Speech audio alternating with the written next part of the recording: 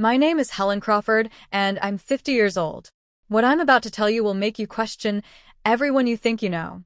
The car accident happened on a rainy Tuesday in March. Metal crushing, glass shattering, then silence. When I woke up 3 days later in the hospital, the doctors told my family I'd lost my hearing. Profound auditory nerve damage, they said. Possibly permanent. But here's what nobody knew. My hearing came back 2 weeks later. Every sound, every whisper, every word they thought I couldn't hear. And I never told them. For 6 months, I stayed silent.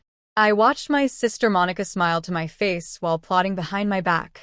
I saw my brother Marcus check his watch at family dinners, impatient for me to leave, so they could talk freely.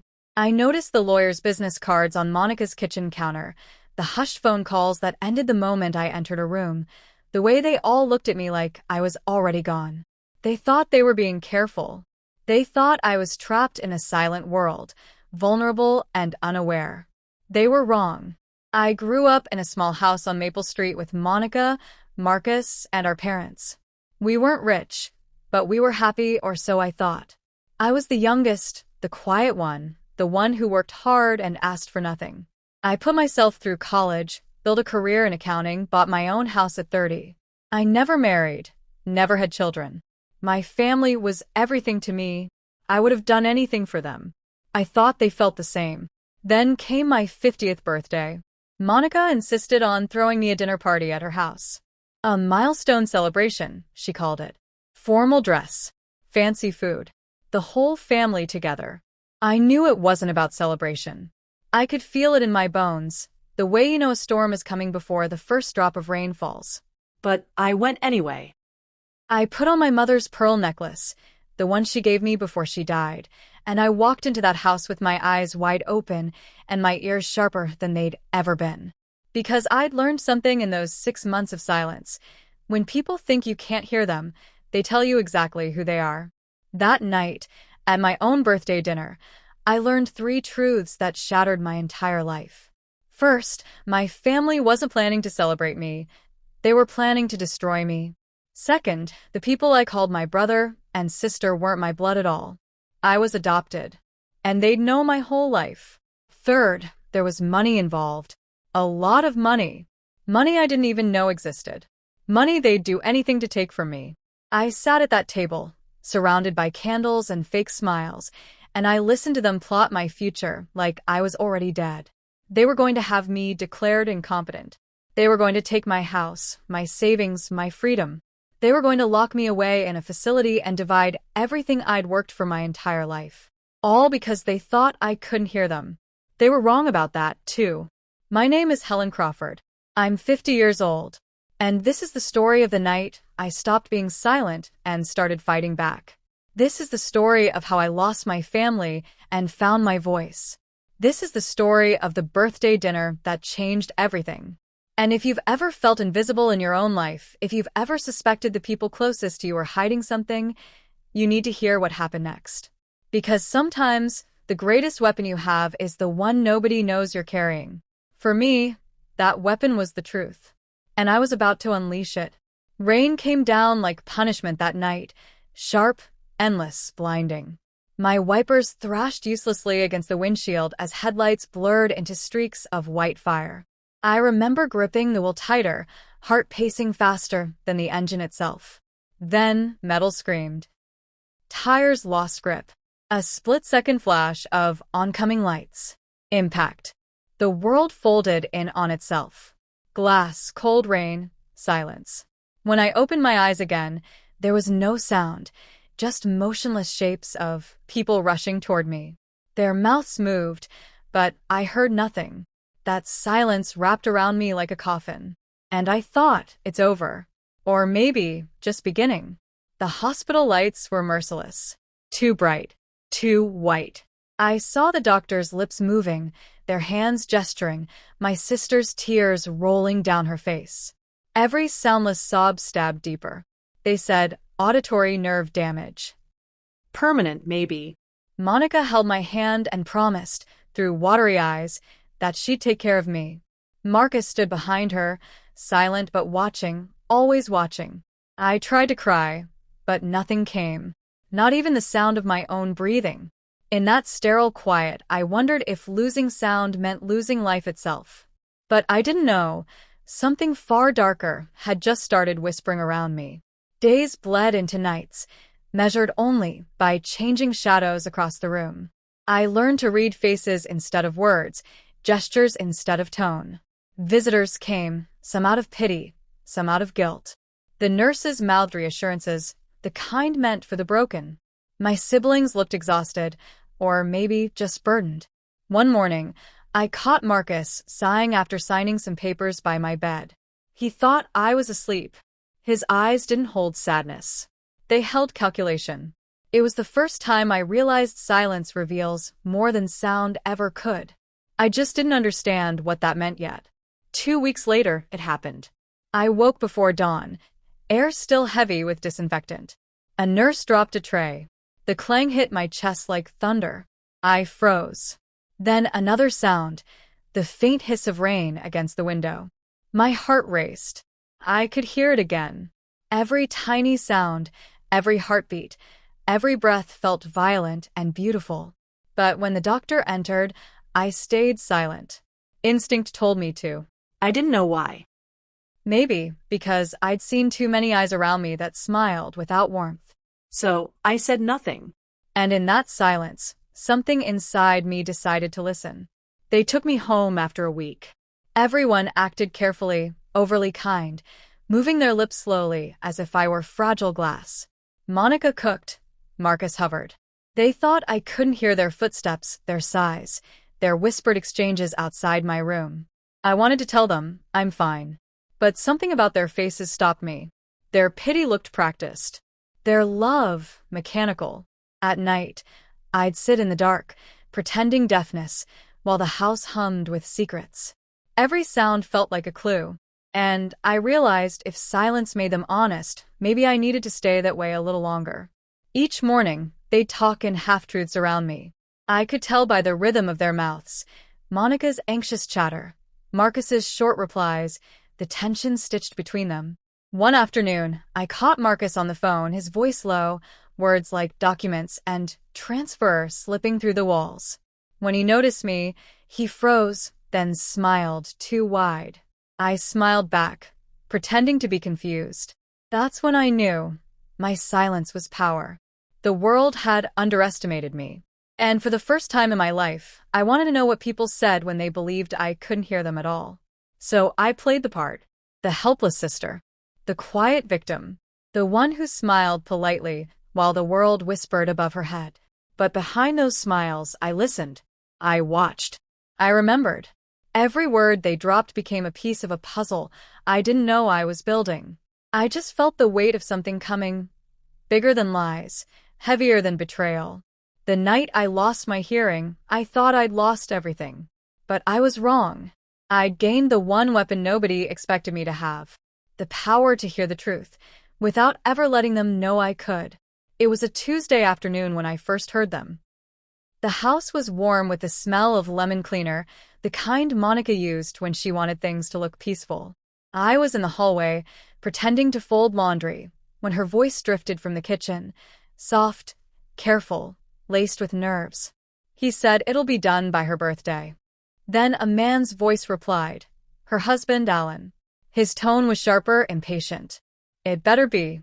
We can't wait forever. I froze, clutching a towel like a shield. Done by her birthday? My name wasn't said, but I knew. They were talking about me. My heart thudded loud enough to drown out the rest, but curiosity pulled me closer. The floor creaked under my foot. I held my breath. Alan's voice lowered. She trusts you. That's the only reason this'll work. You handle the papers. I'll talk to Marcus. Papers? Handle? I peeked around the corner. Monica sat at the kitchen island, flipping through a stack of documents I'd never seen before. White pages, neat tabs, her pen circling words I couldn't read. My name glimmered faintly at the top of one sheet. My pulse spiked. They looked like legal forms. And suddenly, I wasn't breathing at all. I backed away slowly, pretending to drop a dish, so they'd hear me approach. Monica gasped, shoving the papers aside. When I entered, Her expression was sweet again. Too sweet. Alan smiled the way men do when they're hiding something. "Hey, Helen," he said louder than necessary, waving like I was a child. I smiled, nodded, pretending I hadn't heard a thing. Inside, my mind burned. What papers? What did "done by her birthday" mean? They thought my silence was innocence. But now it felt like armor. I left the kitchen with shaking hands and the first seed of dread rooting in my gut. That night, I couldn't sleep. Every sound in the house felt suspicious. The click of doors, the hum of their whispered voices through the thin wall. They stayed up late, murmuring just low enough to be safe. I caught fragments. Doctor's note. Evaluation. Her assets. My throat tightened. Assets. The word echoed in my skull. Were they planning something with my money, my property, or me? I wanted to confront them, to scream that I wasn't deaf, that I knew everything, but I didn't. Not yet. I needed to understand why. Because the way they spoke wasn't careless, it was calculated. In the morning, Monica made me pancakes and smiled too wide again. Her eyes kept darting toward the living room, where the papers from yesterday were gone. Alan kissed her cheek, then left with his briefcase. I watched them both, memorizing every twitch, every glance. If this was a plan, I needed to be one step ahead. So I started writing small notes to myself, details of what I heard. Time, date, words, tone, evidence. I didn't know who I'd show it to, but it made me feel less helpless. Like I was building something in the dark, brick by careful brick. Later that week, Marcus came over. I stayed in my room. The door cracked just enough to hear. His voice carried, smooth and businesslike. "We need to move fast. The lawyer said if we wait too long, it'll raise questions." My stomach dropped. "Lawyer." Monica whispered something then. "She won't fight it." "She can't." Their laughter followed, quiet and cruel. I gripped the edge of my bed until my knuckles went white. They thought they were safe in their deceit. But they were forgetting something. Silence isn't absence. It's awareness. And every word they spoke was another nail in their own coffin. When they finally left, I sat in the dark living room, the hum of the refrigerator filling the silence they'd left behind. I thought about every smile, every hug, every promise they'd made since the accident. None of it felt real anymore. I'd once believed silence was loneliness. Now I understood it was clarity. It stripped people bare. I looked at the framed photo of us on the mantel, me between Monica and Marcus, all fake joy and false warmth, and whispered, barely audible even to myself, "I hear you." It wasn't a confession. It was a vow. The first of many. Silence became my disguise. Every morning, I wore it like makeup, flawless, convincing, essential. I'd sit at the breakfast table, pretending not to notice the sideways glances, the unfinished sentences, the way conversations died the second I entered a room. Monica thought she was subtle, hiding her phone whenever I passed by. Marcus wasn't. He'd whisper too loudly, confident my world was soundless. I learned their patterns: calls before midnight, papers tucked into drawers, words like petition, transfer, guardianship. I didn't react. I smiled, nodded, played deaf. But inside, every word carved deeper into me, sharp and unforgettable. I started keeping a notebook, thin, black, unmarked. My secret witness. Every overheard phrase, every odd gesture, every new name went into it. The more I wrote, the clearer the picture became. They were planning something formal, legal, irreversible. But why wait 6 months? Why not strike immediately? Then I realized they were waiting for proof. They needed my cooperation, my signature, my silence written in ink. I'd built a life of responsibility. I handled my own finances, my property, my insurance. They couldn't just take it. Not without convincing others that I couldn't manage myself. And my deafness gave them that chance. I started noticing visitors.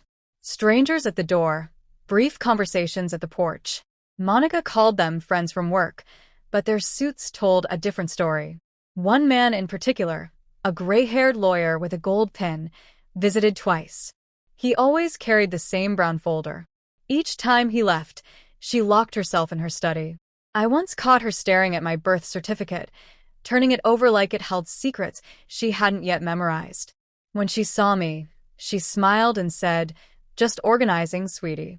Sweetie. I hadn't been called that since I was 10. It didn't sound like affection anymore. At night, I'd lie awake listening to their voices through the walls.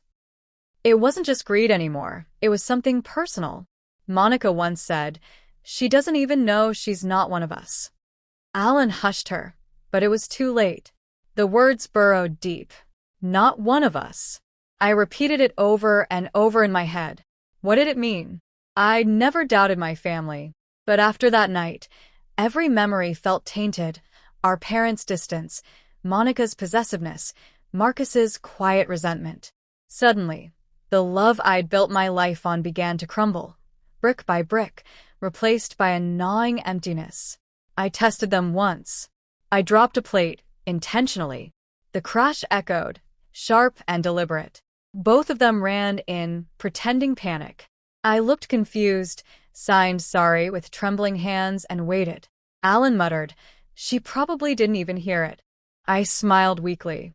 Monica squeezed my shoulder, her eyes darting to the shards like they symbolized something bigger. That was when I knew my act wasn't just fooling them. It was protecting me. I wasn't the fragile sister anymore. I was the unseen observer, listening from behind a wall of pity they'd built themselves. And I wasn't tearing it down yet. The weeks blurred into one another. My silence became routine, my expressions rehearsed. But beneath that calm, I was learning to read the truth in gestures. The tightness around Monica's mouth when I mentioned the house, the flicker in Marcus's eyes when money came up. I began locking my documents, hiding my checkbook, making quiet copies of everything. Once, I followed Marcus downtown. He entered a lawyer's office, stayed for an hour, then left smiling. I waited 5 minutes and checked the doorplate. Caldwell and Hayes. Family law. My hands went cold. Family law. They weren't planning for me. They were planning against me. 6 months passed. I perfected my roles so well that sometimes I believed it myself. Eyes unfocused, head tilted, responding a beat too late. But underneath the performance was purpose. Every sound was information.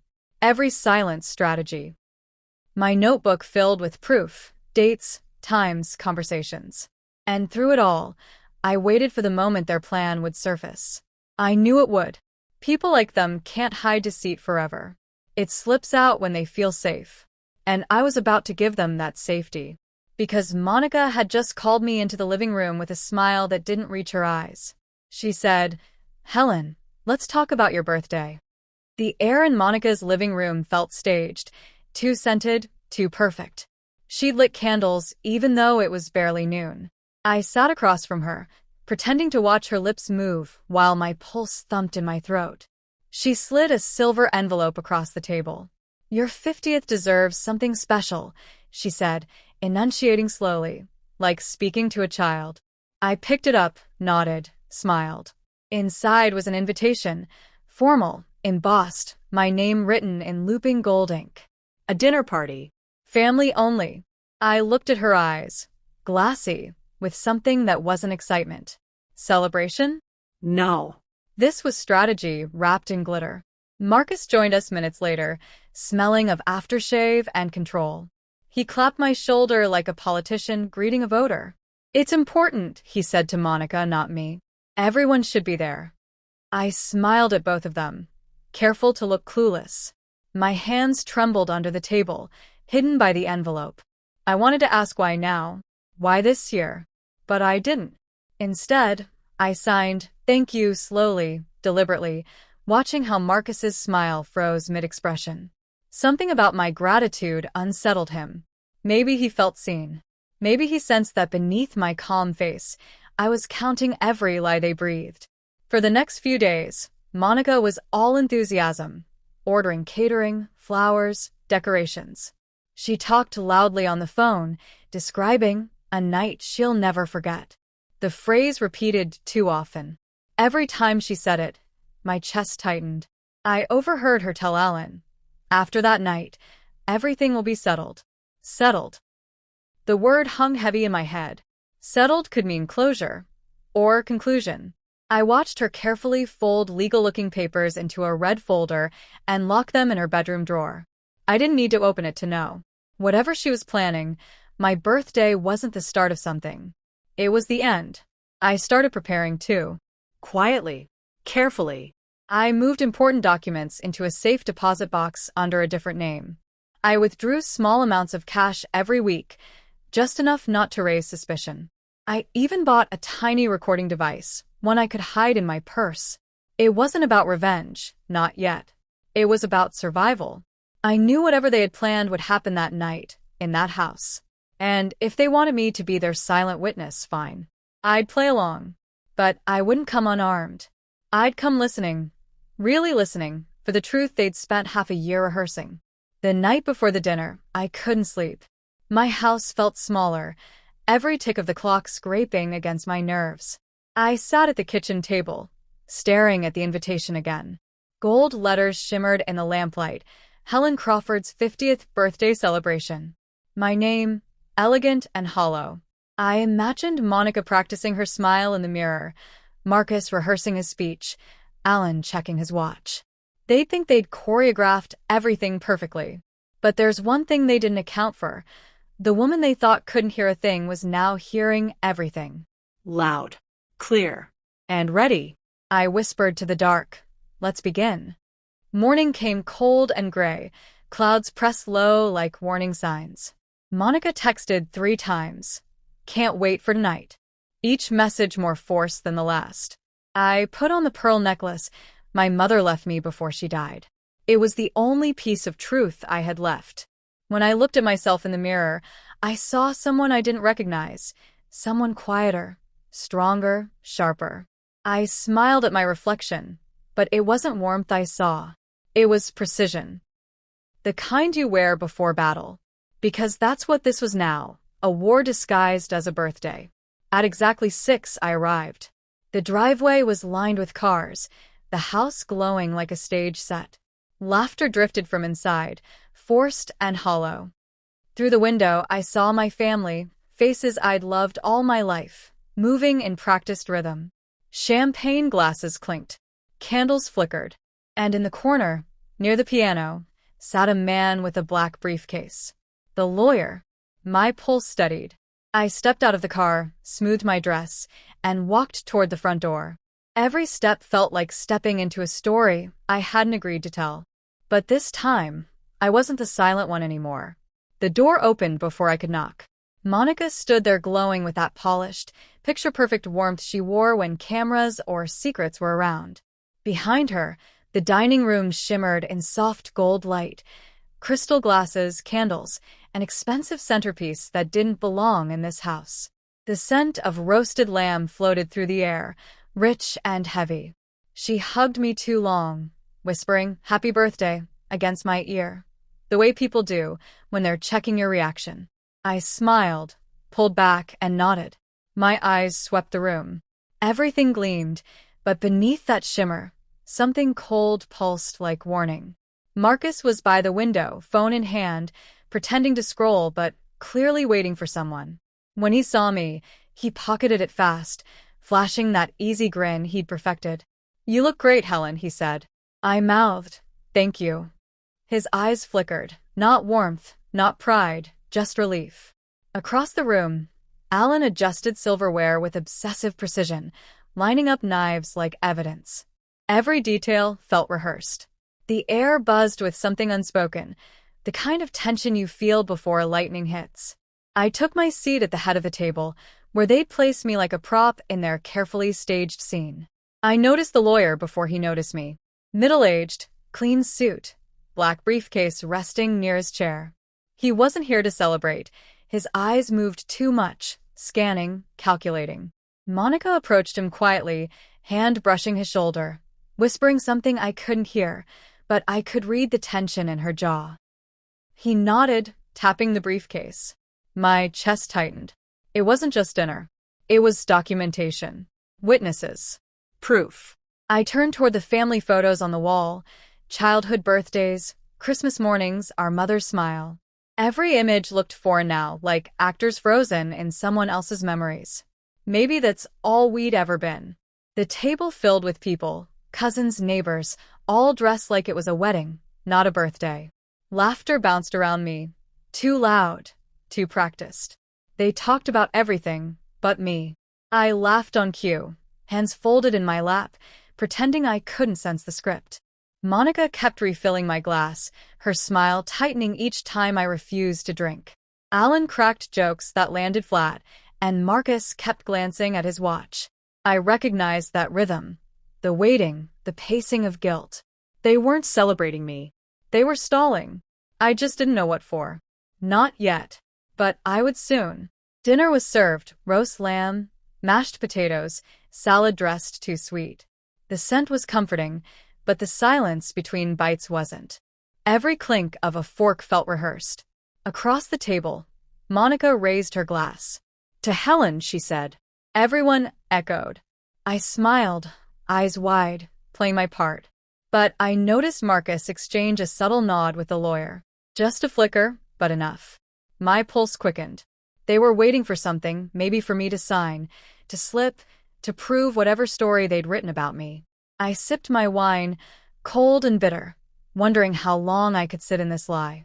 After dessert, Monica suggested I open my special gift in the living room. I followed, careful, scanning every face. On the coffee table sat a single white envelope, thick and neatly sealed. My name on it again, Helen Crawford. No dear, no love. Just that.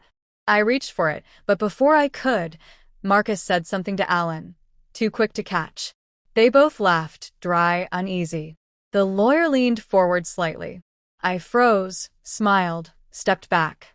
Later, I signed. Monica nodded, her jaw tight. That envelope stayed there, untouched, glowing faintly under the chandelier like a fuse waiting for fire. As the night stretched on, laughter grew thinner, glasses emptier. The lawyer finally rose, checking his watch, murmuring something to Marcus and Monica. They followed him toward the study. I stayed in the dining room, smiling politely at whoever remained, then excused myself. The hallway lights dimmed as I walked past the study door. I heard my name. Once. Twice. Then Monica's voice, low, certain. She can't hear us anyway. My breath stopped mid-step. Every muscle in my body stilled. I leaned closer, heart pounding. Whatever truth they'd buried all these years was about to dig itself out, and I was listening. The words hung in the air like broken glass. She can't hear us anyway. I froze by the half-open study door, my pulse a drum in my throat. The smell of old wood polish mixed with tension. Inside, Monica's heels clicked against the floor as she paced. Tonight's the night, she whispered. We can't keep postponing it, Marcus. The lawyer's ready. Once she signs, it's over. Signs what? I pressed my ear closer, the world narrowing to the hum of their voices. My heart didn't race. It listened.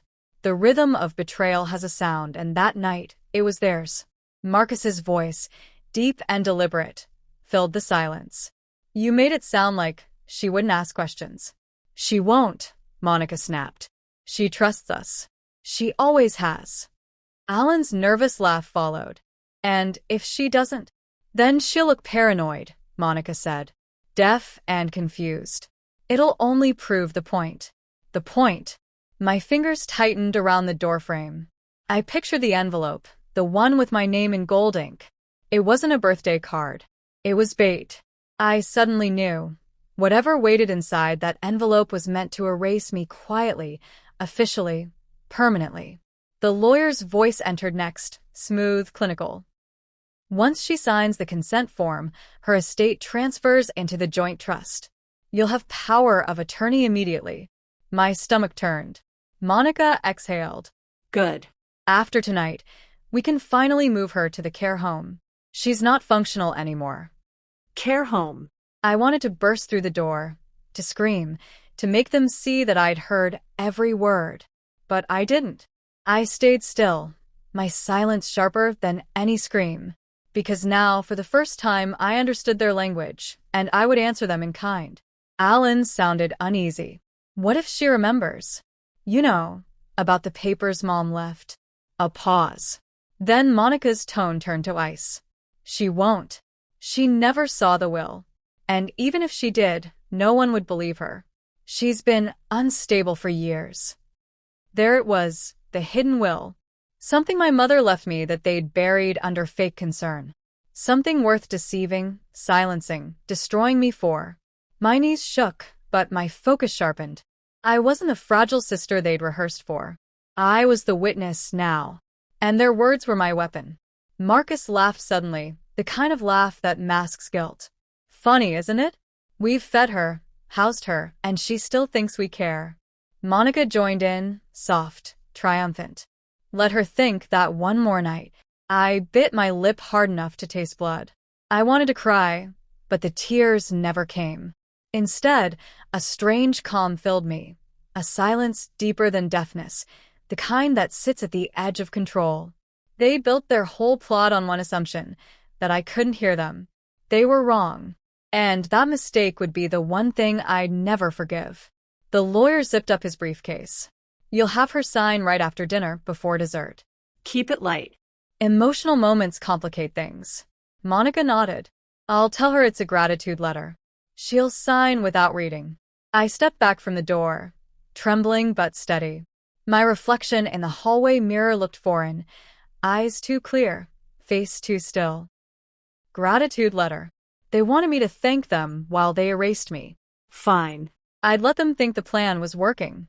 I'd smile, sign, and make sure every second was recorded. Because sometimes the quietest revenge is simply proof. I walked back to the dining room, the laughter still echoing faintly behind me. My legs felt heavy, but my mind burned bright and cold. I sat in my chair, smoothed my dress, and smiled as if nothing had happened. Monica re-entered moments later, all composure and charm. Everything all right? She asked. I nodded. She didn't notice the small glint of silver peeking from my purse, the recorder still running. The same silence they'd used to trap me was now the silence that would expose them. And I was done being the deaf one in their story.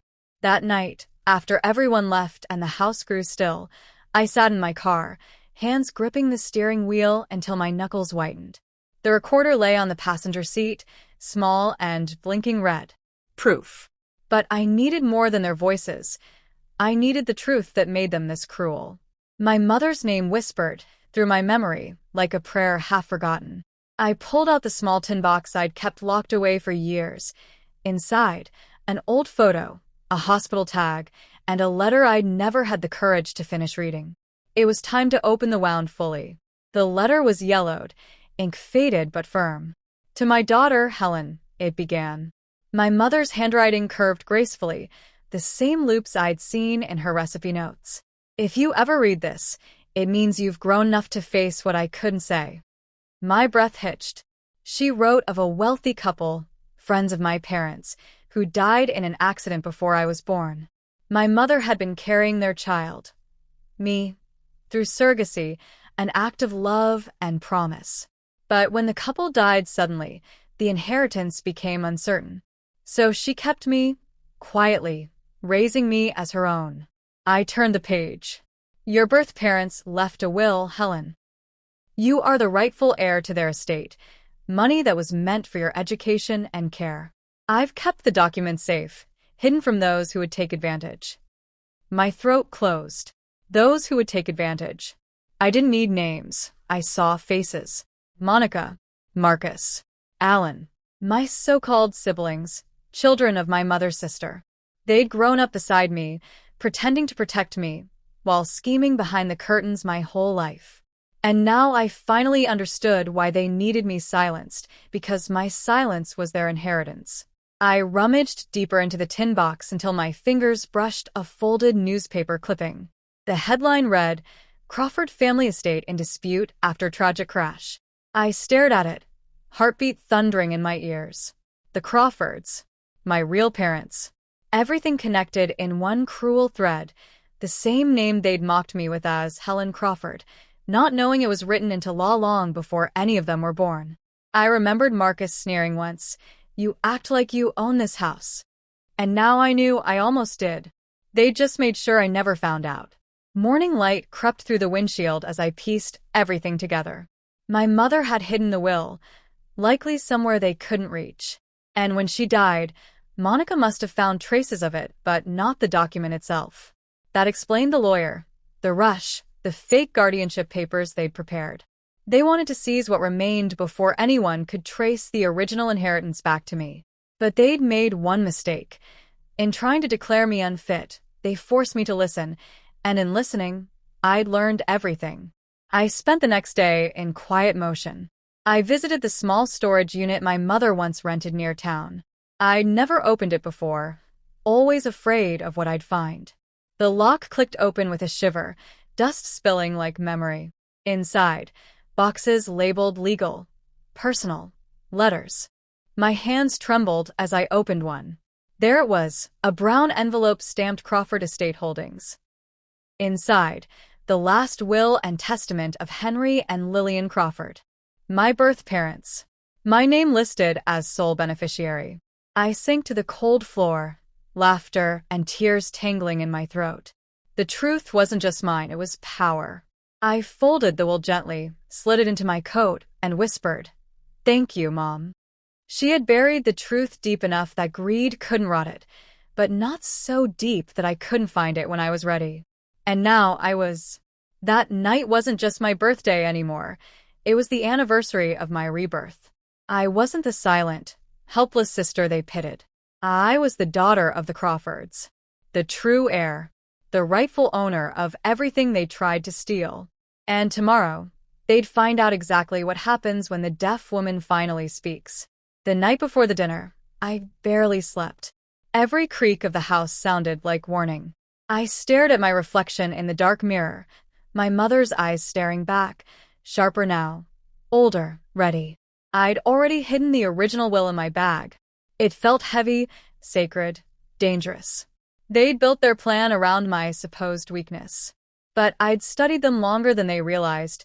6 months of listening had made me a hunter. The birthday dinner wasn't a celebration. It was an ambush dressed in linen and candlelight. And this time, I was walking straight into it, awake, alert, armed with truth. When I arrived, Monica greeted me with that same too-sweet smile, the kind that barely touched her eyes. "You look beautiful, Helen," she mouthed slowly, still pretending I couldn't hear. I nodded, watching her shoulders relax as she guided me to the table. The air was heavy with perfume and deceit. Marcus poured wine. Alan adjusted his tie, and in the corner, a man I didn't recognize sat beside a leather briefcase, the lawyer. My heart thudded once hard. Every instinct screamed to leave. But I stayed. Because you can't catch snakes unless you walk right into their nest. Dinner was elegant but cold. Silverware clinked like small alarms. They spoke in fragments, careful not to include me, until I pretended to excuse myself for the restroom. Instead, I stopped in the hallway just out of sight. From there, their voices flowed freely, as if they'd been waiting for me to leave. Monica's tone dropped first. "Everything's ready. Once she signs the medical papers, we can submit for guardianship. The court will believe anything. She's isolated, hearing loss, early signs of decline." Alan chuckled. "By next month, the house is ours." My stomach twisted. They weren't just stealing, they were erasing me. I pressed my back against the wall, listening. Marcus sounded impatient. "We need her signature tonight. The lawyer's here, and if she refuses, we'll tell the court she's unstable. You've seen her, right? She barely looks aware half the time." Monica laughed softly. "Poor Helen. She won't even hear it coming." The sound of my name on their tongues made my skin crawl. Every memory of shared birthdays, family trips, laughter, poisoned. They'd turned my mother's love into leverage. And now they were preparing to bury me alive in paperwork, smiling for the camera while signing away my life. I peeked through the doorway. The lawyer slid a folder toward Marcus. "Once she signs these, you'll have power of attorney. The rest will move quickly." He didn't even flinch. No hesitation, no guilt. Just hunger. That's when I saw it, an envelope under the table, the same logo as the Crawford estate holdings. My inheritance documents. My proof. They'd already found copies, but not the original. Marcus picked it up, smirking. She won't even know what she's giving away. My pulse steadied. Let them play their game, I thought. The real card was already in my pocket, and they had no idea. I returned to the table quietly, slipping back into my role.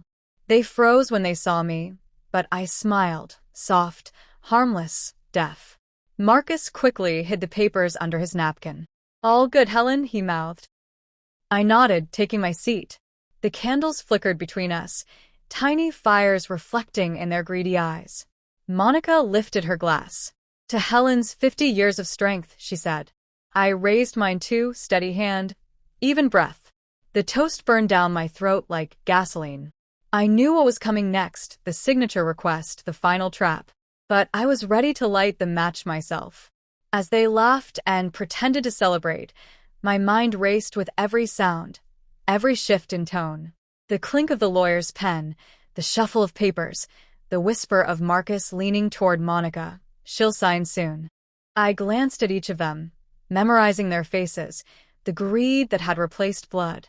They thought I was deaf, dumb, powerless. But tonight, they'd written the ending too early. I smiled again, feeling the weight of the real will against my ribs. Tomorrow, their empire of lies would crumble, and none of them would hear it coming until it was too late. The moment I stood outside the dining room, everything slowed. Their laughter floated through the door. Fake, practiced, hollow. I touched the edge of my mother's pearl necklace, feeling each bead like a memory of who I used to be. My heart wasn't racing anymore. It was calculating. I'd spent 6 months listening, waiting, collecting. Tonight, I'd watch the pieces fit perfectly into their trap. And now I was about to walk right into it, not as prey, but as witness. I inhaled once, deeply, then pushed open the door. The air shifted. Every eye turned toward me, expecting weakness. Perfect. The light from the chandelier fell sharp across their faces. Marcus frozen mid-laugh, Monica's smile hanging by a thread, the lawyer pretending composure. I moved slowly, deliberately, my chair scraping softly against the floor as I sat. Silence, thick, expectant, filled the space. I looked at each of them, eyes calm, empty. Monica reached for my hand and mouthed, "You okay?" I nodded. She relaxed, exhaling, her grip tightening as she slid the folder closer. The papers waited between us like loaded guns. I could smell the ink, the perfume, the sweat of guilt. And still I said nothing. Silence was my battlefield. Marcus cleared his throat. "Helen, this is just some routine paperwork," he said loudly, pretending to enunciate for my benefit. His tone was syrup, too sweet. "It's for your protection, medical consent, financial support, small things." He pushed the pen toward me. I stared at it. The metal glinted under the light like a blade. My fingers brushed it, then paused. I tilted my head, feigning confusion. Monica leaned closer, her voice a whisper. "It's okay, honey. You can trust us." That word, trust, hit me like a slap. I smiled faintly, and she thought she'd won. That's how I knew I had her. I let my hand tremble, just a little, playing the role they'd written for me. The deaf woman. The vulnerable sister. The burden. Marcus exchanged a look with Alan, impatient, greedy. "Just sign, Helen," he muttered, forgetting to hide his tone.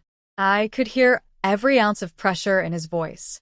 I could hear my own heartbeat answering him. Slowly, I picked up the pen. Their eyes brightened. Monica even clapped softly, relief flooding her face. I uncapped it, hovered above the line. And then I stopped. My hand froze midair, my gaze fixed on Marcus. I mouthed something he didn't expect. I heard everything. His smile faltered first. Monica blinked, uncertain.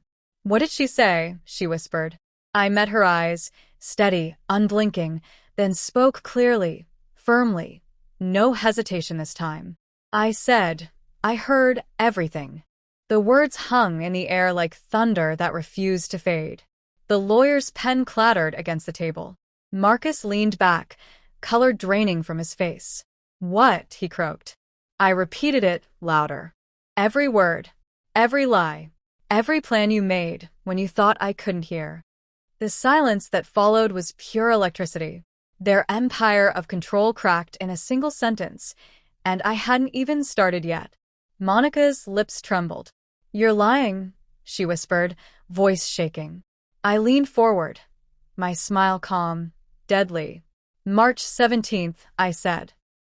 The phone call about transferring documents. April 10th, the meeting with your lawyer about my house. Last week, the conversation in this very room about guardianship." I pointed toward the briefcase. "You even rehearsed the signatures." The lawyer shifted uncomfortably, eyes darting. Marcus stood abruptly, veins pulsing at his temples. "You're insane," he barked. I met his rage with something colder, certainty. "Maybe. But insanity doesn't come with a recording device." His breath caught. Their world began to tilt. I reached into my bag, pulled out the small recorder, and placed it gently beside the wine glasses. The red light blinked once, twice, then played back their voices. Their laughter. Their plans. Every word, clear as daylight. The sound filled the room like judgment. Monica covered her mouth.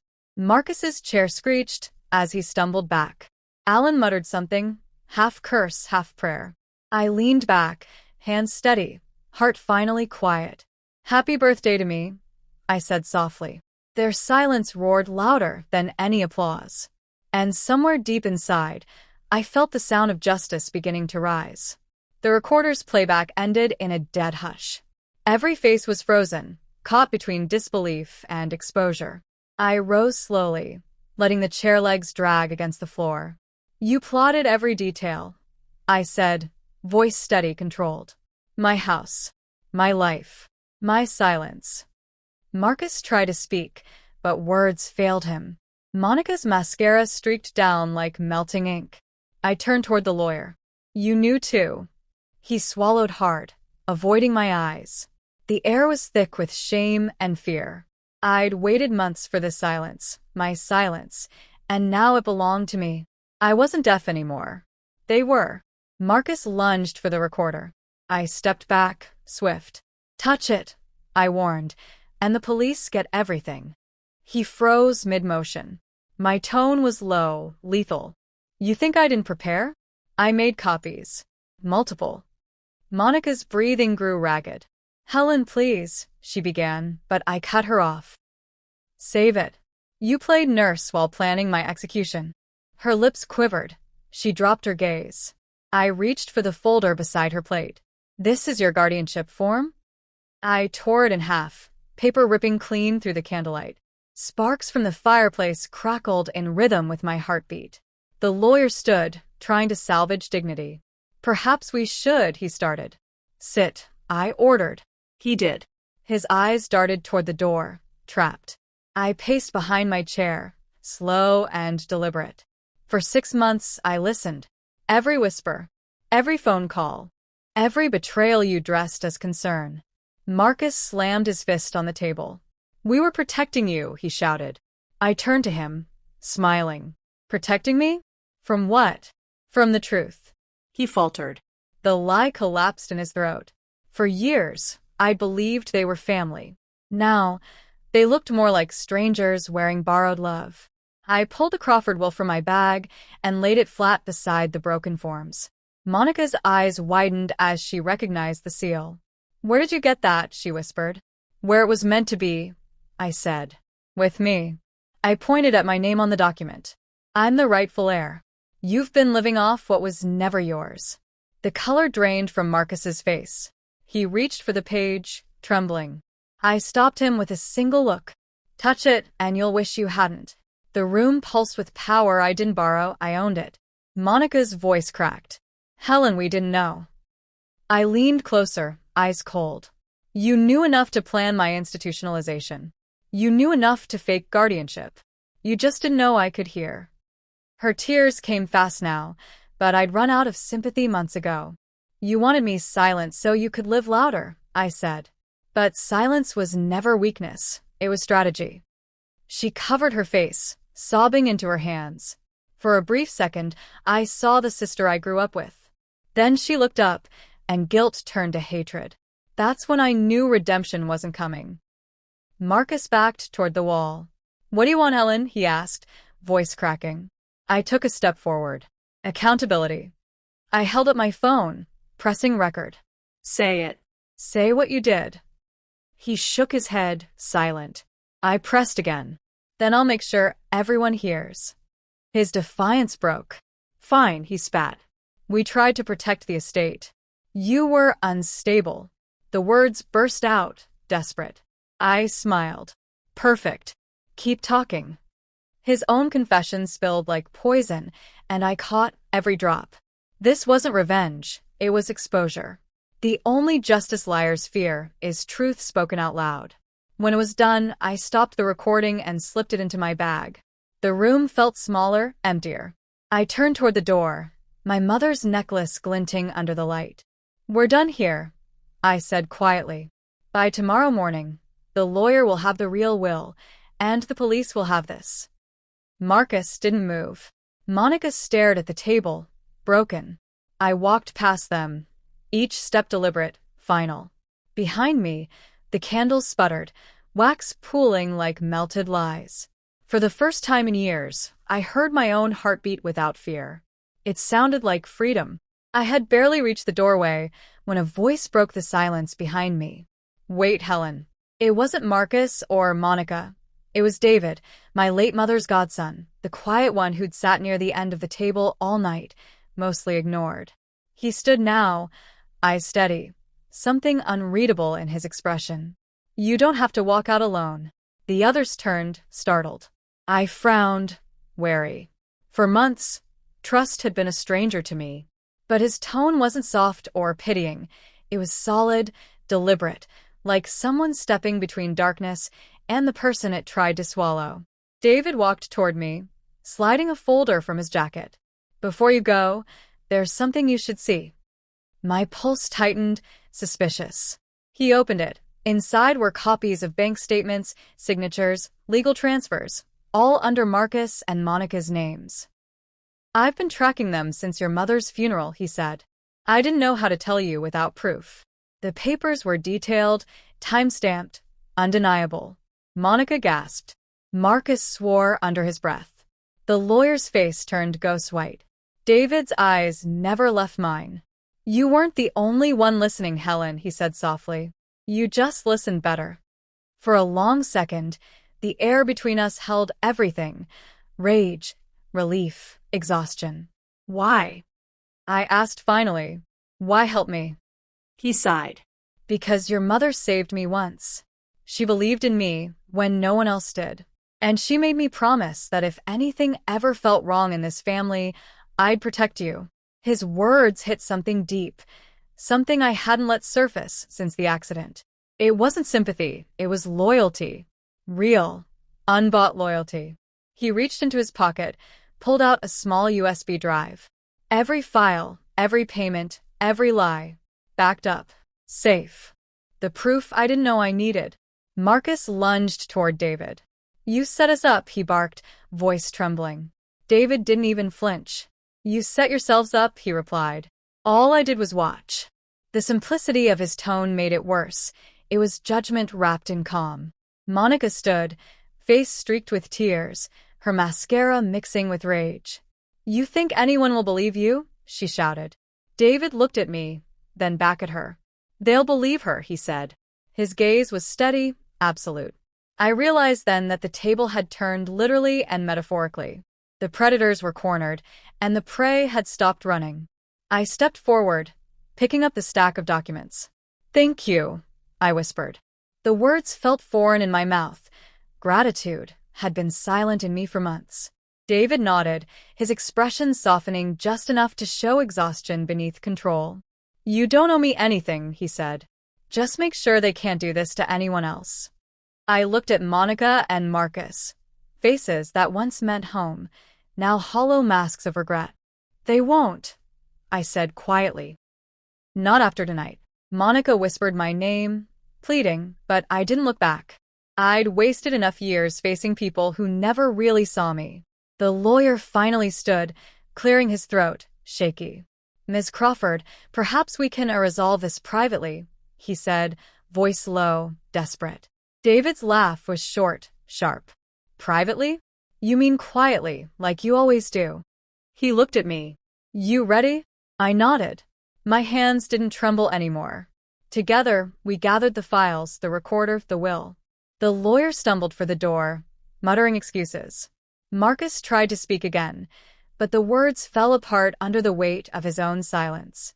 Everything they'd built on my supposed weakness was collapsing in front of them, and I didn't need to lift a finger. Outside, the night air was cool, merciful. The rain had stopped hours ago, leaving the street slick with reflection. David walked beside me, not speaking, not intruding. Just there. The police would handle the rest. He'd already made the call before I'd even entered the house. I looked back one last time through the window. Monica sat alone, staring at nothing. Marcus's head was in his hands. The candles still flickered on the table, shadows dancing over ruins. For the first time since the accident, I felt the noise inside me go quiet. Maybe silence wasn't the enemy. Maybe it was healing. 2 weeks later, the house didn't feel haunted anymore. The locks were changed, the curtains new, and for the first time, the silence inside wasn't heavy, it was honest. I could hear again. Every tick of the old clock, every rustle of wind through the bougainvillea outside. The same sounds that once mocked me now felt like proof I'd survived. The papers were settled. The police had acted faster than I expected. Marcus and Monica were under investigation for fraud, coercion, and attempted abuse of guardianship law. The lawyer had already confessed. Apparently fear is louder than loyalty. Reporters had called. Neighbors had whispered. The world had watched. But I didn't need applause. I needed peace. So, I took my mother's ashes to the lake she loved, the one surrounded by orange lilies and quiet mist. David came with me, carrying nothing but the old silver urn. We didn't speak much.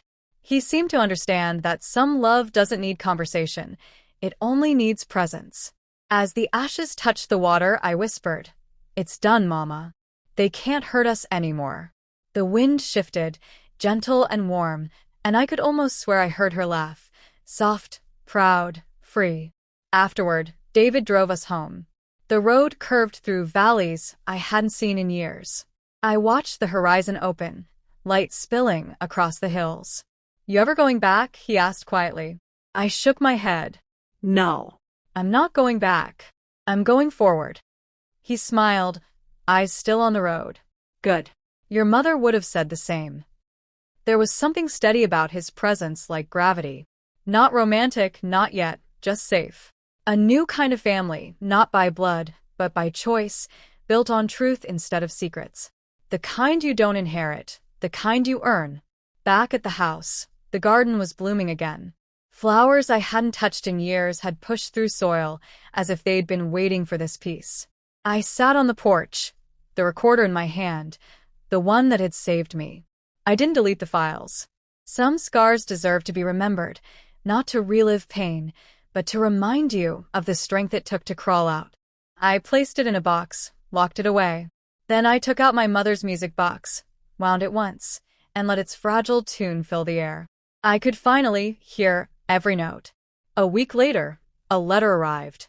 It was from the estate's legal office, confirmation that my full inheritance had been restored, and with it, a handwritten note from the new council. Justice, delayed, but not denied.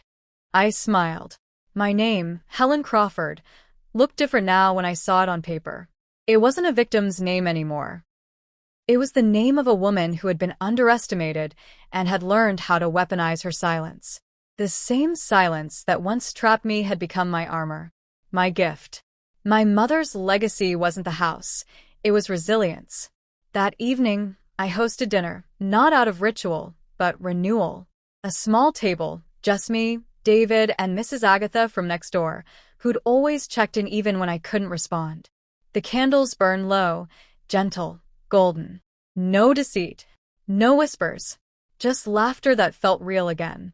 When I raised my glass, my voice didn't tremble. To truth, I said. To the kind that sets you free, even when it hurts. David nodded, clinking his glass softly against mine. For the first time in a long time, I wasn't pretending to be strong. I was. Later that night, as I stood by the window, the reflection staring back wasn't my mother's anymore. It was mine. Older, yes. Scarred, maybe. But alive, awake, and unbroken. The moonlight traced the curve of my face like a quiet promise. There's life after betrayal, sound after silence, love after loss.